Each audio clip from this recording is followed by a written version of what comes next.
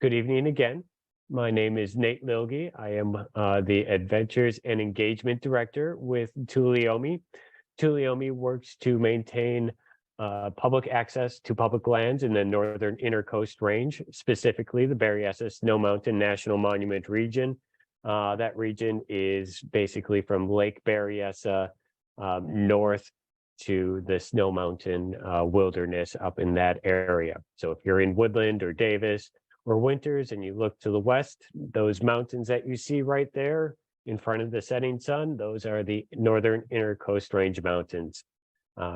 So if you haven't experienced the Northern Intercoast Range Mountains or Berryessa Snow Mountain National Monument, please get in touch with me again, and I'd be happy to take you out on a trail, on a hike, on a trail building activity, a stargazing activity, something like that. One of our projects that Tuolumne is working on is the Woodland Regional Park Preserve. It's a 160-acre natural area in the southeast corner of Woodland. If you take 102 or Pole Line Road north out of Davis towards Woodland, right before you get to the Spring Lake District, over on the east side of Road 102, there's a green space that used to be the old woodland dump, the old landfill. Tuolumne and the city of Woodland and many other partners, including the Audubon Society, have made that into a natural area for our wild friends. One of the natural animals, the wild animals that enjoys that, are birds. That's what we are here for today. Mr. Ken Ealy is the vice president of the Yolo Audubon Society. He is a certified California naturalist. He is an all-around good guy, and he knows lots of things about birds. So I am going to let him be our guide for this evening. Before he gets going, though, a little housekeeping. We will have time for questions and answers. Ken, you have to answer those questions at the end. So please, everybody, hold on to your questions until the end. If there is something that you really want to ask and you're not sure you're going to remember it, go ahead and use the chat function and put it in there, and then I will read those off at the end of the after the lecture. Okay. So Ken, it is all you now. Talk to us about birds, please. All right, thank you, Nate. Uh-oh, somehow I just lost stuff.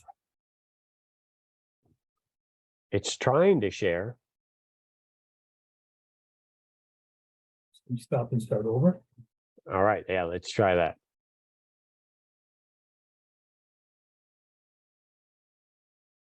There we go. Well, there it is. Thank you for the invitation to speak tonight and your kind words. Excuse me. There's not much I can add to the introduction other than that one of my volunteer activities is as a docent for the Yolo Basin Foundation, helping to lead some of their public tours, their monthly public tours. And I'm also intending to be a docent out there at the Woodland Regional Park Preserve once it gets open to the public. And so I guess I better get a refresher course on docenting there. So anyway, thank you very much for coming tonight. So I'm going to talk about the birds as they occur during certain times of the year, and I'm going to call them bird seasons. And so these are the basic periods of time when we see birds. It's pretty obvious to some, but certain things happen during those times. Being the species of birds that are present, as well as how they're using the park. And so right now, we have Yolo Audubon, as Nate mentioned, Yolo Audubon is involved in this, and they've placed 15 nest boxes, part of the development after the permanent pond was done in the trails. And Yolo Audubon, and I can't remember what other organization besides the city of Woodland and Tuolumne might have been involved. So they placed 15 nest boxes for cavity nesting birds. And these boxes are sized in terms of the hole diameter for tree swallows and western bluebirds. And this happened about 3 years ago that they were I guess planted, supposed for planet. And so so since then, Yolo Audubon members and other volunteers have been monitoring the nest boxes during the breeding season. And while they're out there, the monitoring team has recorded 134 species of birds using the park or flying over the park. And those flying over have potential to drop down and have feet on the ground in the park. So that's, I think that's pretty good because it's a build on that bird species list for the park. And, you know, we probably have a plant list coming, you know, being developed and lists for other critters like reptiles. Forget insects. But anyway, that's basically what I'm going to talk about is what birds are occurring when. So in terms of the nest box, hello. Let me get my hand off my mouse. And so this is the data that I've received from the lead monitor, nest box monitor. And it gives you an idea. You can see how each year we've got more birds using the box, not by much, but more eggs being laid. And look at the fledglings, you know, 20, then 3, 44. Don't know what happened to them after fledging, but, you know, that's a good sign of health of the park. When these birds can lay eggs, hatch them, and find enough food so these birds can fledge and begin their life outside the nest. And so as of June 20th, there are 9 nest boxes working on a second clutch. 2 boxes have very young hatchlings and 7 eggs. And they've also spotted, excuse me, gadwalls as a duck out in the pond with their mom, and Brewer's blackbirds feeding young. And I have something else somewhere, and I did not get it, but there are a number of species that are nesting in the park, including red-tailed hawk, SWAINSON'S hawk, meadowlarks in the upland, western bluebirds and tree swallows, excuse me, and several other birds. So we get to this now. The park actually comprises these different habitats. The pond, the permanent pond itself is the aquatic. And then next to it, the trees surrounding, especially on the trees on the north end, that's kind of like the riparian area. And then up from the riparian will be your uplands. And then out in the side, the grasses from the park to Road 102, that would be part of your uplands. That's where the meadowlarks would be nesting. And ducks nesting on the property would be in the grasses. Excuse me. And so most of you know that the habitat, you know, it's a place that provides what any animal needs. And I guess not, you know, plants also, but food, water, shelter, and breeding. And so it's very important that we have this wetland here. It's a man-made wetland, but with the, excuse me, California losing over 90% of their historical wetlands. Wetlands like this being developed, the Yolo Bypass Wildlife Area, are helping to you know, provide these habitats that have been lost for the birds that are visiting Yolo County, California during the winter, and those that are residing here. And things like the swallows, they're nesting in the boxes. And they're also foraging on aquatic insects or the flying adults of aquatic insects. And so it's providing, you know, all those different things that a habitat should provide.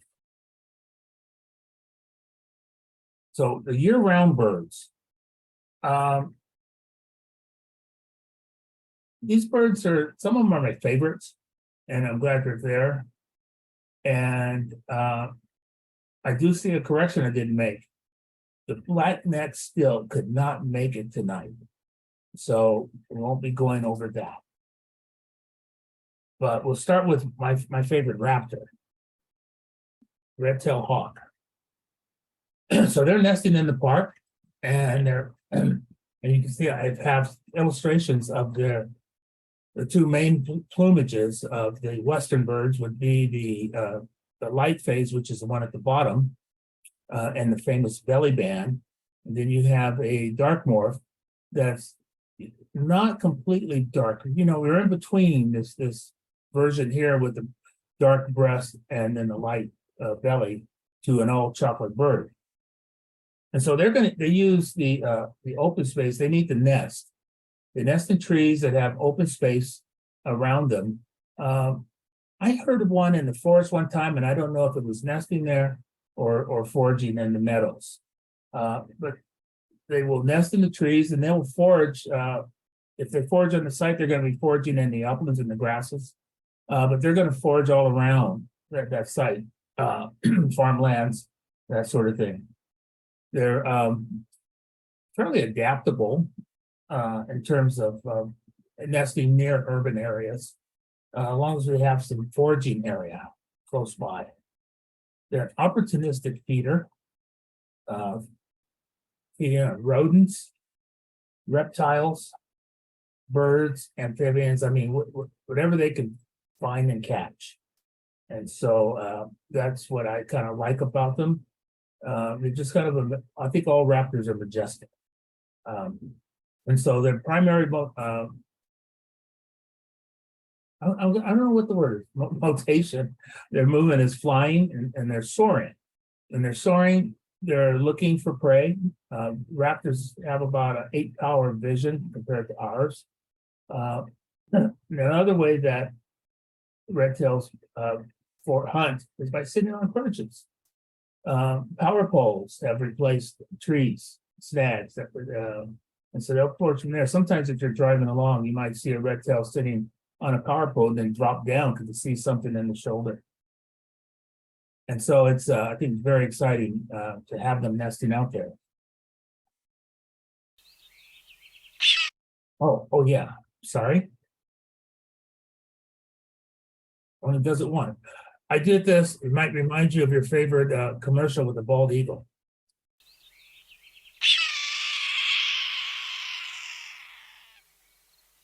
I love it.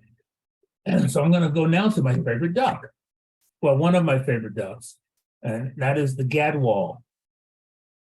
It's a very, I think the male is very beautiful. Look at the texture of the feathers, the patterns. It reminds me of a fine wool suit. And that's one thing I like about them. Also, the male has his voice, the mouth goes quack. So that's what everybody thinks of a duck. And the male gadwall, to me, sounds like a frog. It's like a little croak.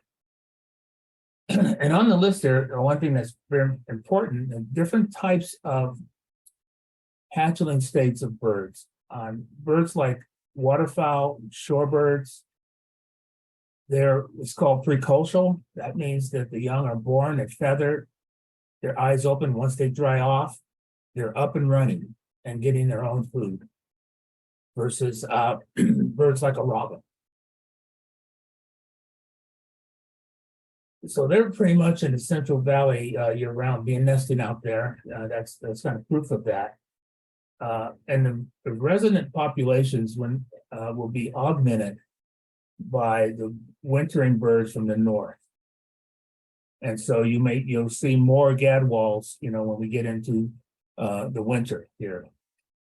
And so the migration of those wintering birds, the fall, they usually come early October to early November, spend the winter, and they'll be leaving, I don't know, February, March, April, when they'll head back up north to feed, to breed. Another one of my passerine birds is the western meadowlark. Usually, I mean, if you see the front, you have a western meadowlark. They're going to be nesting in the grasses. surrounding there, and they'll be feeding on seeds and insects. And breeding season is mostly going to be insects, and in the winter they eat a lot of seeds. Excuse me. So they'll forage on the ground. You'll see them walking in the grasses. Sometimes they'll be on the side of the road, looking for seeds or insects, that sort of thing. And a lot of times you see them as they're flying away because they've been flushed by your car or by your feet when you're walking. And where you could, tell that's a meadowlark, there's going to be that first thing you probably would notice is on their tail, the outside feathers are white. And then they have this light brown, tannish body, plump body, short, broad wings. Short, broad wings is a sign of a sprinter, quail, some of the other upland birds. Short distances fast, and then they'll go to light. They can, travel a long ways too, but they have that burst of speed. And the song, it reminds me of spring, not like the robin of folklore, but when I hear a meadowlark singing, I think of spring. And the males they'll sing from the ground, but they'll like to get to a high spot and sing also.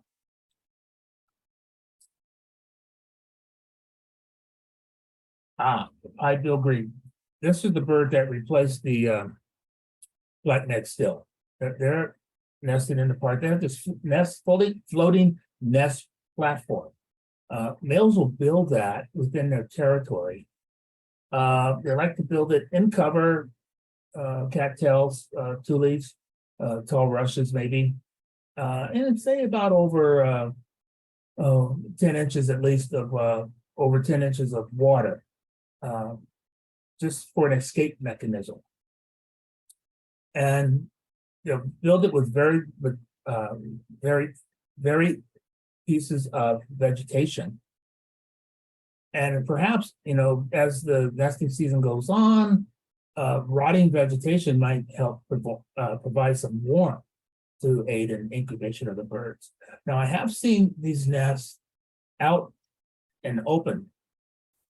And here in the valley, I think the sun would not be a good thing for the survival of the eggs or hatchlings in the sun, but I guess some might get away from it. They forage by diving, and one of the things I like about this bird is you might see a duck and it will dive by jumping up and over, but the pied-billed grebe, it can do that also, but it will just sink down. Just now you see me, now you don't. And I think that's pretty cool. So they'll forage on the water. They're opportunistic according to the size. Fish, amphibians, crustaceans, you name it. If they can get it in their mouth, they will. I've seen pictures of them with like a bluegill perch trying to get one down. And they're highly territorial. Most birds are highly territorial with the breeding season. And not only are they territorial of the nesting area, but also the surrounding area and vegetation, like where they would forage or where they anchor their nests. And so they kind of like to have no intruders when they're there. Can't say I've ever seen one fly. I've seen them try to go from the middle of a pond to the brushes. Being a diving bird, their feet are closer to the posterior. So they have to run. They need a runway to get in the air. Another nester, the tree swallow. Now, these nest boxes that are out there, I think are very important for cavity nesters.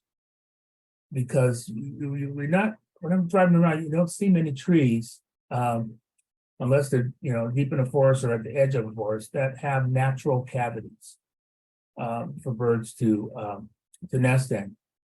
And so these birds in these restored wetlands or remodeled, created wetlands, nest boxes are a good addition for these cavity nesters that like the wetland areas like a tree swallow. So they they forage by flying insects, and seeing how insects will breed in the pond. Then when they're adults, they're going to be flying around with a short period of time before they nest and die. And that provides food for aerial insect eaters. And there may be extra pair mating here and that's both the males and females. The male, will bond with a female bird. And he may mate with other birds, and the female herself may visit other territories. And so I think some DNA testing of a brood found that there were different fathers of the kids. Anyway, tree swallows are very cool, I think. And the fruits of the labor. Newly hatched tree swallow babies, and these are altricial, where they are helpless and are need a lot of help, versus the ducks that are hatched and are ready to go. But if I had time, I'd try to see if I can identify some of those feathers. Then we get into another cavity nester, the western bluebird. And they're very, they like open areas. Here in Davis, in the greenbelts near my home, there are nest boxes, and they are breeding in those nest boxes. And I can sit in one spot, and on the right, my right and left are a nest box. And both of those pairs will kind of forage in the middle. There's probably some dividing line for foraging territory, but I haven't seen any squabbles yet.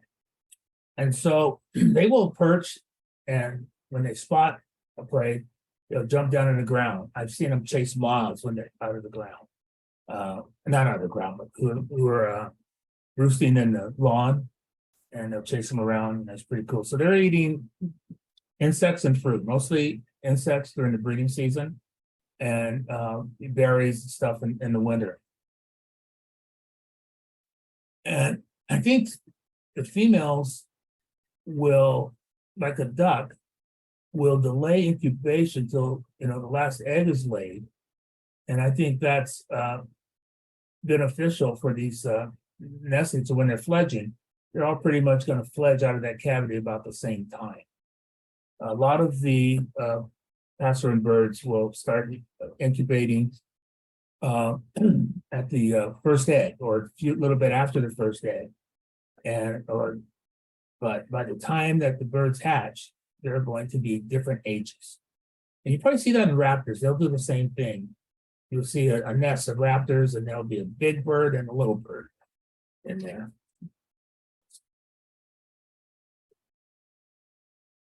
Not quite sure. These are probably a few days old. These are bluebirds here. And this is out there in the nest box. Look like duck feathers in that nest. The summer birds. Now, the summer birds, this section is reserved for migratory birds. So all of these birds on this list. Oh, the Bullock's oriole didn't make it today either, and the barn swallow. Sorry about my editing. Or the western kingbird. Oh boy. But most important here is the SWAINSON'S hawk. It is threatened in the state of California. Excuse me. And as it says here, habitat loss, foraging and habitat loss, due to the different changes in agriculture and the urban sprawl. And so, as a migratory bird, it winters in Central to South America, and the furthest wintering destination, it creates like a round trip of 12,500 miles. And that's kind of like 31 round trips from Davis to Los Angeles. They leave our area around September, October. You may start seeing large numbers of birds because they will migrate in kettles. Kettles is a large flock of soaring birds. You will see them of turkey vultures, that sort of thing. And so the SWAINSON'S, the northern birds, will come down, and I've seen 80 to 100 and say an alfalfa field that's being irrigated. These birds on the ground looking for insects, especially like grasshoppers. Lots of energy there for migration. And they return to our area between March and April. These are all best guesses in terms of the range when they get here. And the habitat, they're very versatile.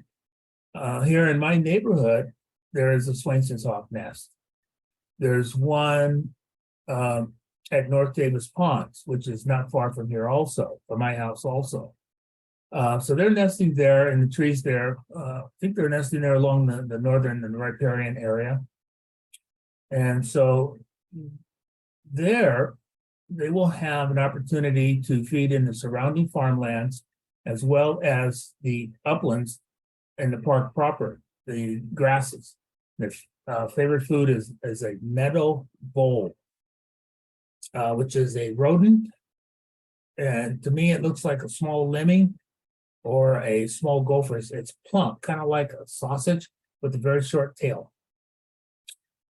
It is the raptor's filet mignon, I think. White-tailed kites, red-tailed hawks, other birds will eat those too. They'll eat rabbits, reptiles, you name it. And it's kind of like, what can they get and how can they get it safely? And again, there's alfalfa fields, especially when they're being irrigated. That's short of flycatcher. Now it arrives here in our area around March, April, in that time frame. And after the breeding and the juveniles have fledged, they will start on migration, in the September to October time period. They like to breed in riparian areas or semi-open woodlands. A woodland that's close to, an open area, grassland. Also, lone tree here or there. If there's a cavity, they need a cavity.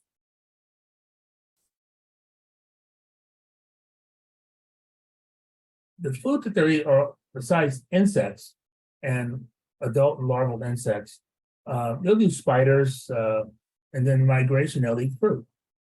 Small berries, I think, but a lot of the birds who do insects in the spring will tend to rely on some sort of fruit, vegetation, vegetable type food in the winter, seeing as how there might not be that many insects. Although if they're year-round tree swallow, you'll see them more over a wetland because the insects are probably breeding year-round there. Who knows? Like mosquitoes. But like other flycatchers, it will hunt from a perch. They post up somewhere and they'll be looking for prey in the ground or in the air. They'll sally out, grab it or miss it, and then come back to the perch. A lot of times they'll come back to the same perch and then move on to another perch. Depends on how the hunting is.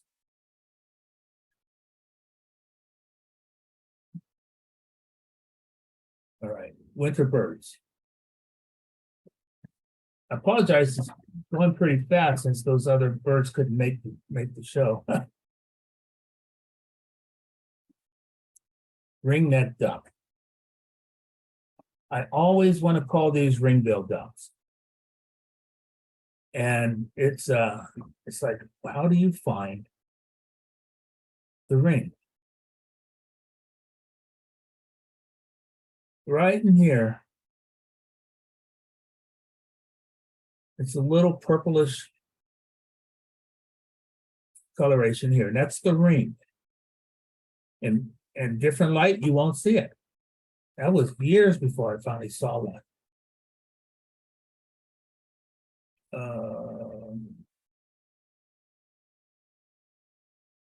I don't know what to do here. Guess if I unclick that, yeah. So ringneck duck. You can look for their arrival in our area, let's say around September. And we can enjoy them all winter. I think the Central Valley has a large congregations of them throughout the valley. And they're pretty numerous in Yolo County. And it's great that they found the wetland, the permanent pond there. They're primarily in inland freshwater. Otherwise, you won't necessarily see them on the coast in salt water. But here we get to enjoy them all winter. They will leave between February and March to head to the breeding grounds, which is pretty much primarily in Canada through Alaska. Although some breeding does occur in Northern California. They're omnivorous. They feed exclusively in water, seeds, aquatic invertebrates, that sort of thing. And maybe in some moist soil somewhere that's close to the water's edge. But it's I think it's a very beautiful bird. The ruby-crowned kinglet. This bird is about as big as a minute. And it arrives in California September through November and departs, I say March through April. They breed in the Rocky Mountains, Canada and Alaska. And for a small bird, it has a very big voice when it sings. It's a long, melodious sing. But what we can listen for when we're out at the park, when it's open to the public, is like a little chatter. I don't know why these birds, warblers do it too. They make a little noise as they're foraging through the trees, gleaning insect, larvae, eggs, underleaves, and the nooks of branches, and they're just moving around. And to me, they move like they're on a caffeine overdose. They don't sit still long, they flick the wings. And it's a cool bird to see. I get them in my yard. And it's so tiny, you find them by movement in their call. And the ruby crown, as I mentioned here, it appears when they're agitated. I've seen ruby crowns foraging in the same shrub or tree, but if they cross, then they have words. And I've heard stories of them battling themselves in a car mirror. And so feisty. That's why I think they're very feisty. And if some bird gives an alarm call and spots a pygmy owl, a northern pygmy owl, the ruby crowns, they don't shy away. They get into the fray and will mob that bird till it leaves. So they'll join the others. I've watched the mobbing at on Pewter Creek at a fishing access. And ruby crown was in there along with the jays and all, and this northern pygmy owl. And the bird that surprised me was a spotted toy. The owl was up higher in the tree. The spotted toy was down on the lower branches, trash talking, but he didn't go up there and get in its face.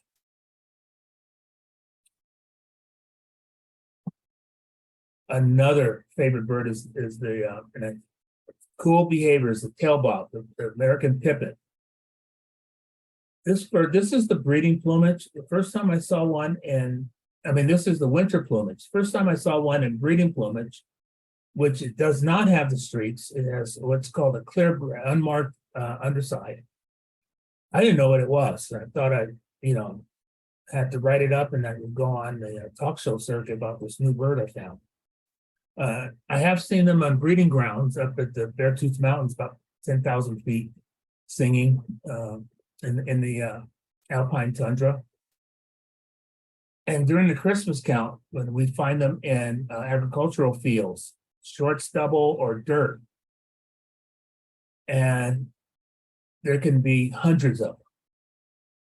And they feed by walking. They hunt by walking, forage by walking, going seeds, invertebrates, and they'll bob that tail every time they stop, but they'll walk after the different plants, insects, and seeds.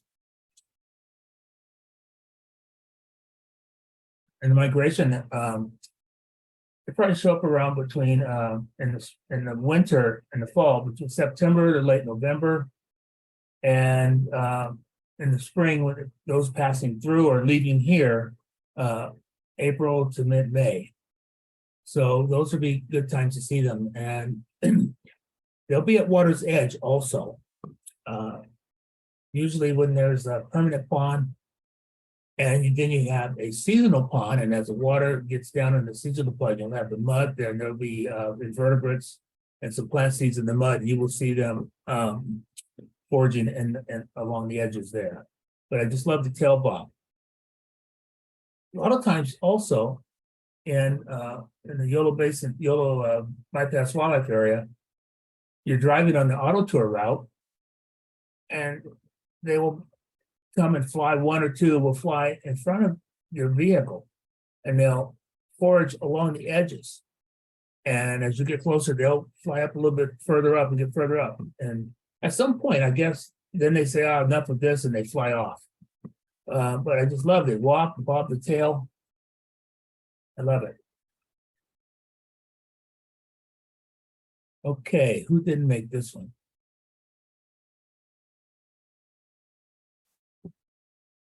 Townsend's, Orange Crown, and Wilson's. I apologize for that. Yellow warbler. This is a male, the bright red streaking. You can see them in both spring and fall migration. Spring, mid-May, March to about mid-May, passing through. And in the fall, September to November. There may be stragglers, but basically that's when you can catch them on during migration. Again, they glean insects, invertebrates from the trees. This is I don't know what this tree is, not quite an alder. But here in the nooks and crannies, places like this, and the underside of leaves, where there might be eggs, there might be pupa. And then in the spring, there'll be larvae. I have a tree in my yard, a valley oak, and had yellow warblers up in the tree. And I've had on occasion, I've had an opportunity to see them grab an insect. I mean, a caterpillar. And so that tells me my oak tree is hosting, doing its job of providing homes for insects, but also a food court for the warblers and other insect-eating birds. So you'll find them in shrubs, gardens, woodland, urban areas, and riparian. So it's just being in the right place at the right time to see a yellow warbler.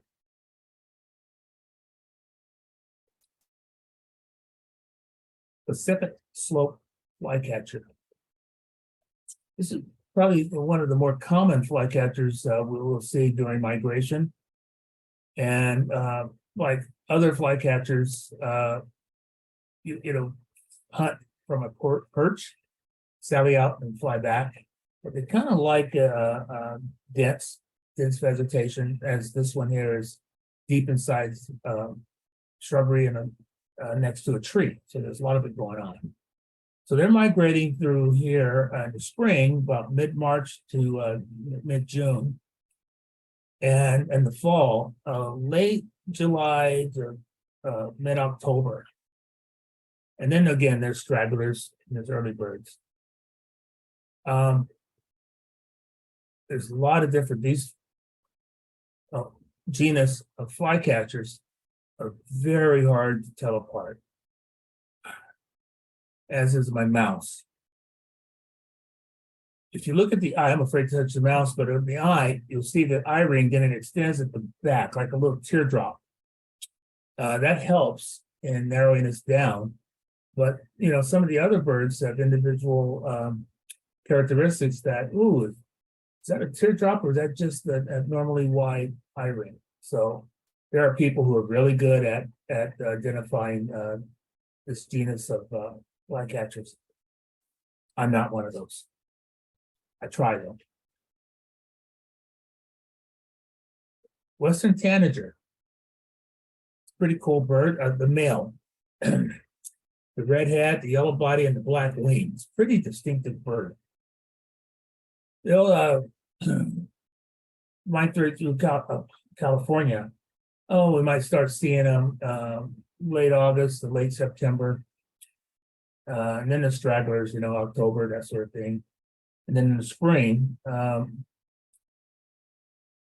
say mid-April to late May. I wish I looked up to see when I had a female in my yard. I think it was a straggler in the fall, coming to the water.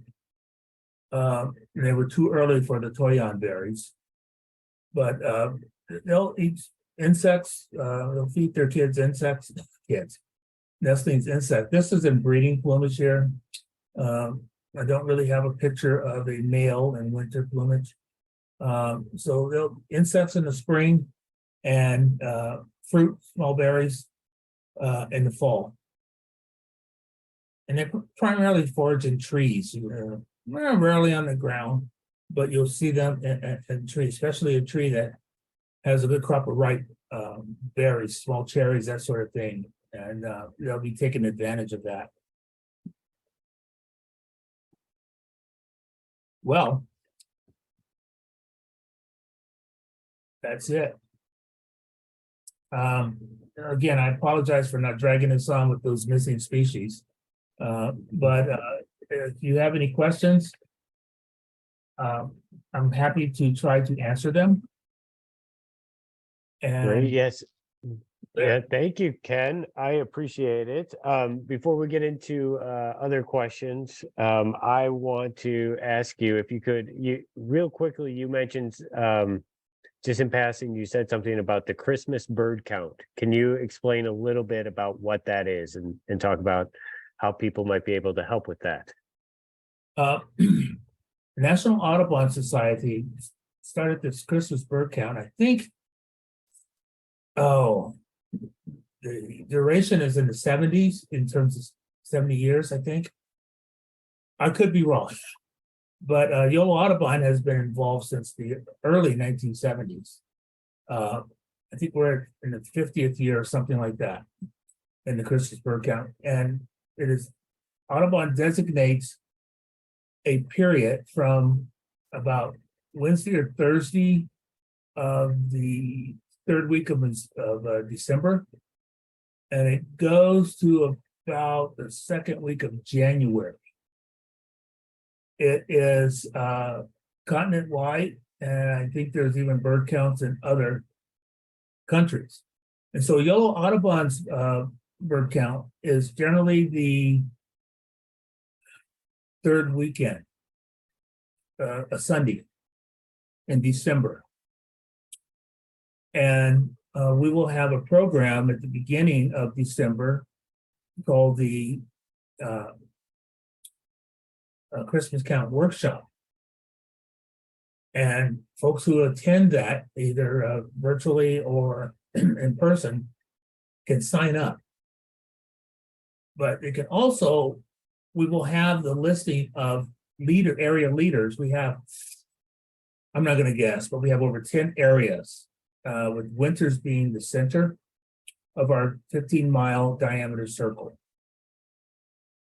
And so you sign up with one of the leaders, an area you like to be. Some are driving, some are hiking, some are both.